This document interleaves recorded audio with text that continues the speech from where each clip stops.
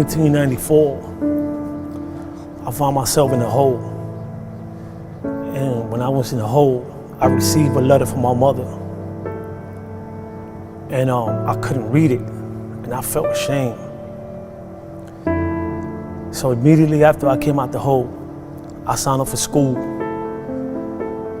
for GED classes. It took me 7 tries, but I passed it.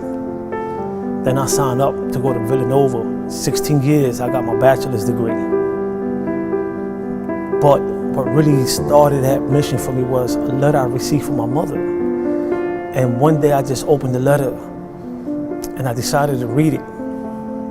And in the letter, my mother said, which I have right here, my mother said, "Dear son, I'm writing you this letter because I don't know how much longer I got to live.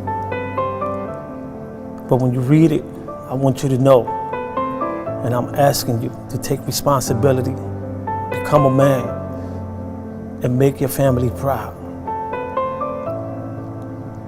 I love you."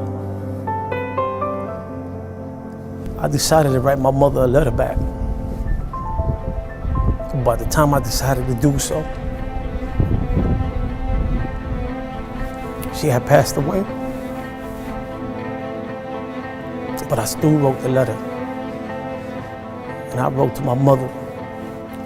And I said, "Dear Mama, I hope when you receive this letter, you find yourself resting in peace.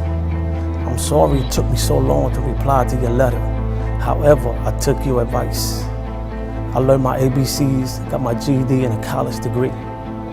I don't know when I'll be able to bring you some flowers, but please know that your son is down here making you proud." From that day on, I decided to do something good with my life and help others. It's never too late. I learned. And I learned that in this prison. And trust me, when I came to this prison, it was real prison.